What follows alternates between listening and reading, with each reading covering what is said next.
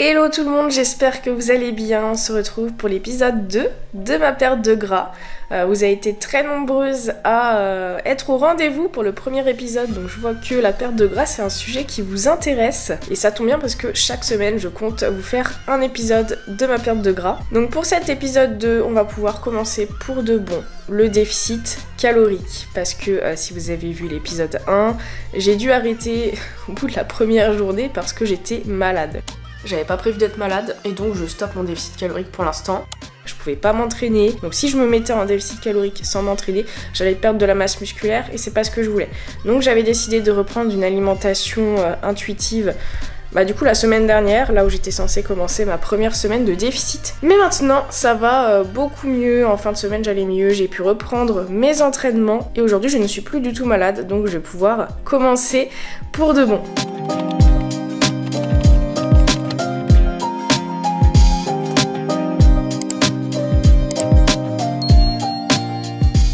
Donc je vais vous montrer tout ce que je vais manger aujourd'hui et j'ai changé un petit peu ma stratégie de déficit calorique. J'ai décidé de faire quelques adaptations par rapport à mon expérience de la semaine dernière. Je vais vous expliquer tout ça bien entendu dans cette vidéo, mais avant, là je commence à avoir très faim, donc on va faire le petit-déj.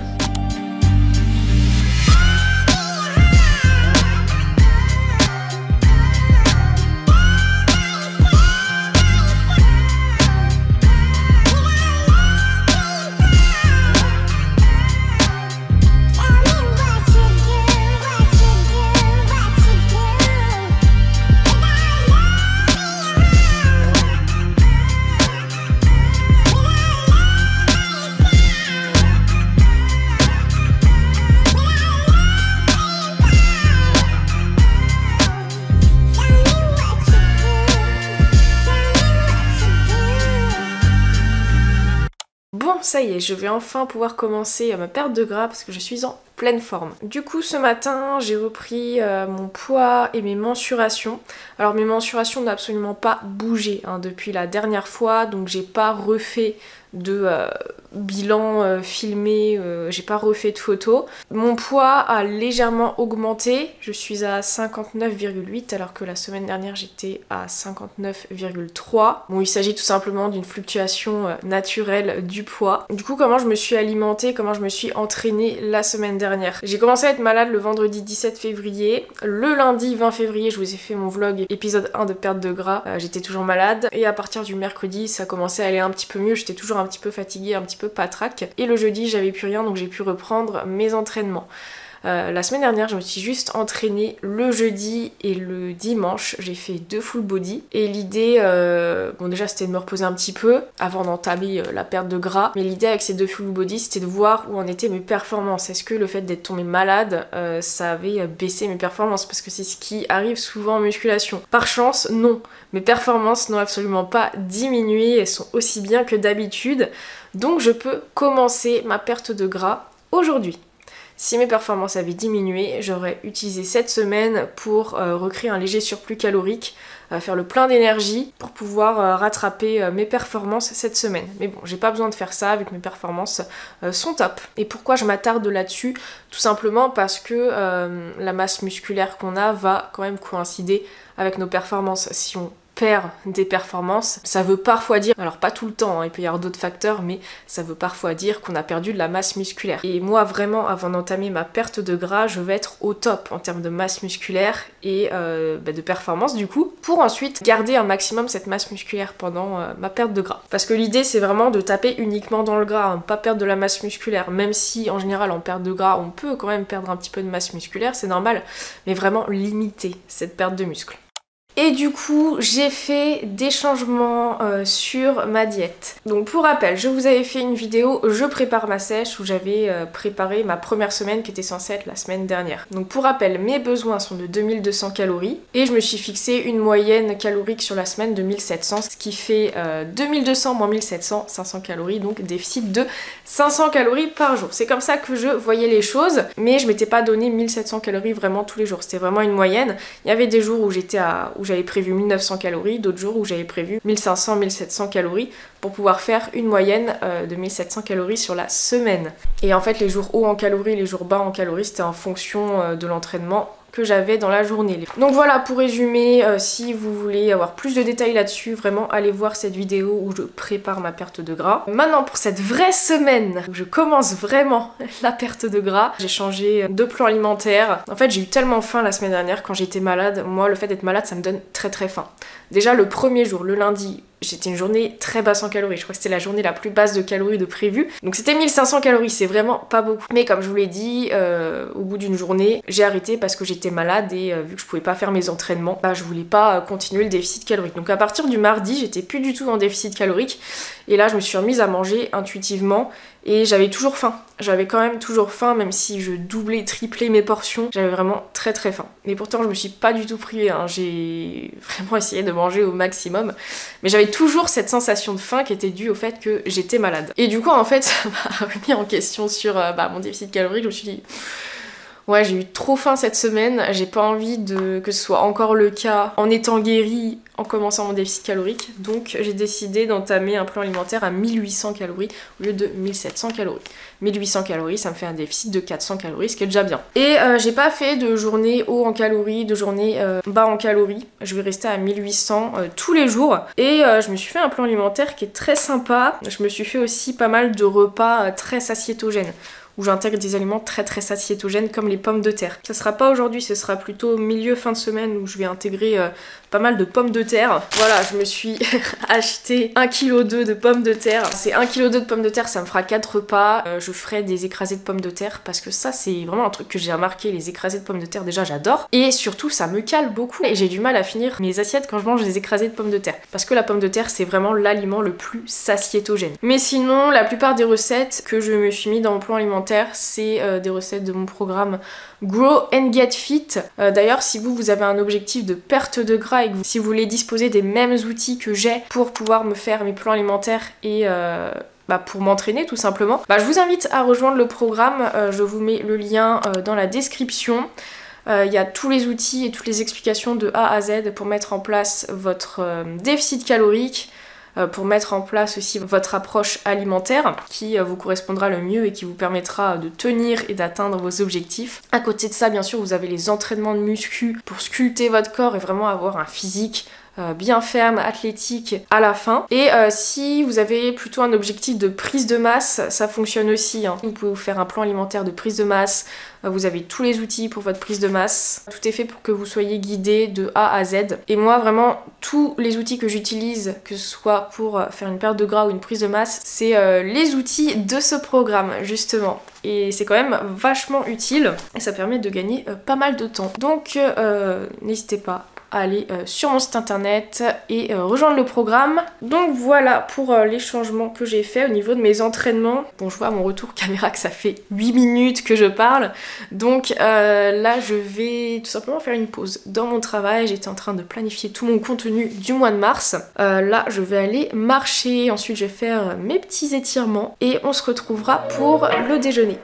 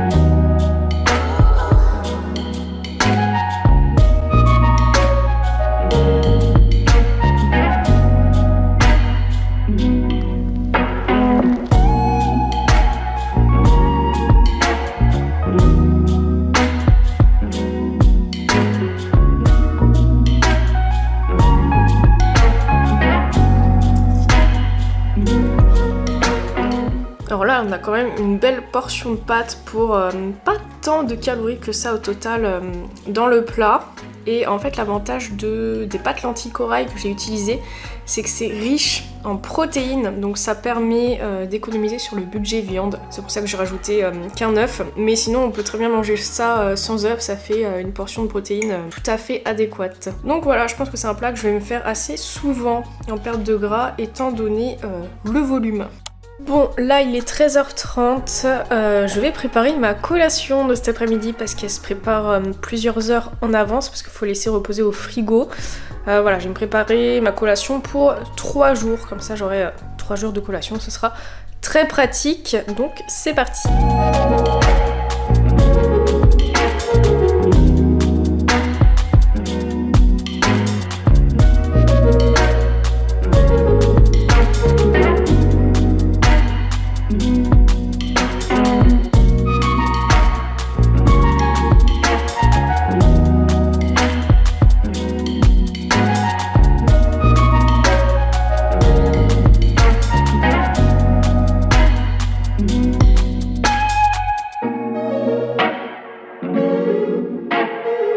Et voilà, maintenant j'ai plus qu'à placer ça au réfrigérateur et ça sera prêt pour cet après-midi. Bon, aujourd'hui c'est journée full planification et création de contenu. Là je suis très motivée pour faire ma séance haut du corps, donc je vais la faire tout de suite et ensuite je mangerai mon snack parce que j'ai pas encore faim. Il est 16h12 pour vous donner un ordre d'idée. Donc voilà, première séance de la semaine, ça sera haut du corps, donc c'est parti, let's go.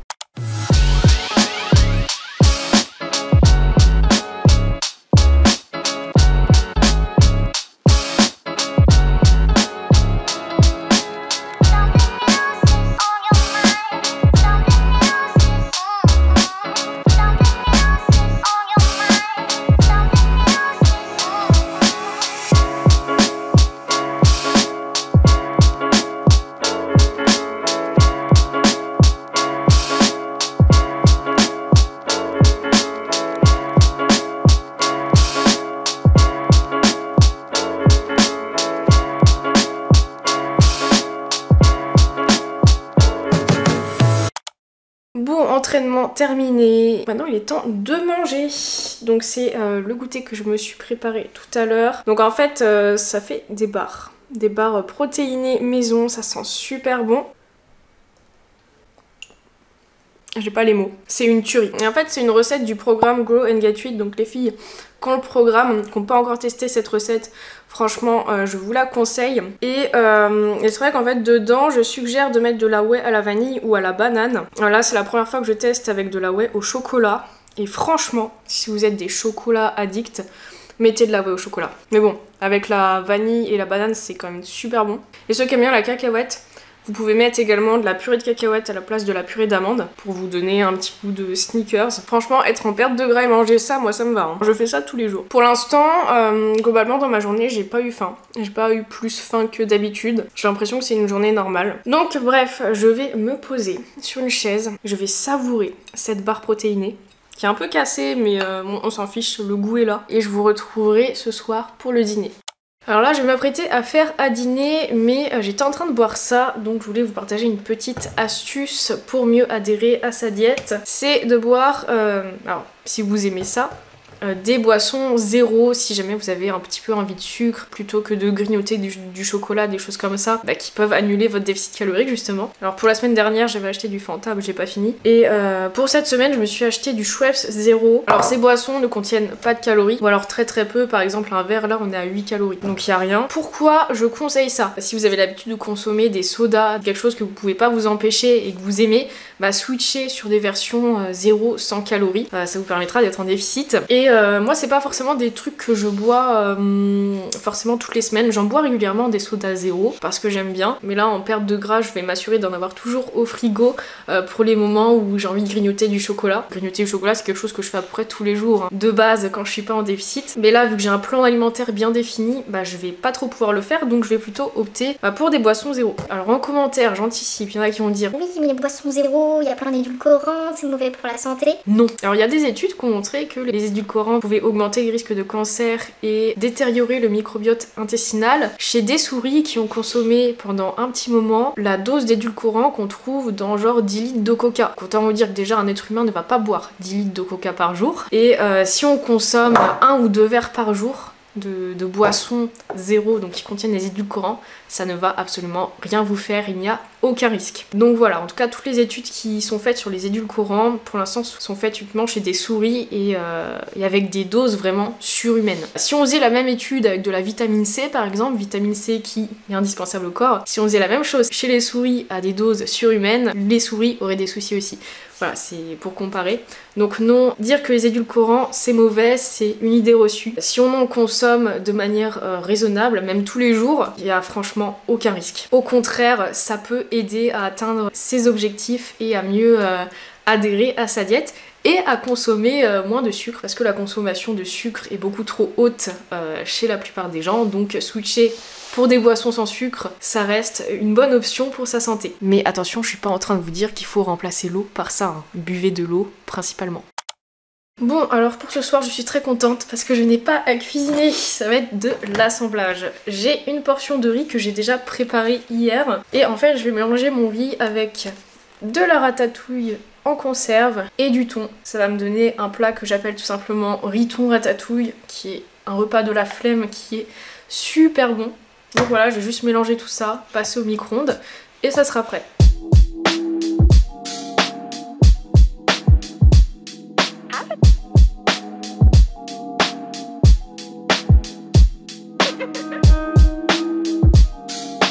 Voilà ce que ça donne, donc c'est pas très beau comme ça, mais je vous assure que c'est super bon et si vous voulez vous pouvez me rajouter du parmesan, des choses comme ça. Donc voilà pour mon repas de ce soir.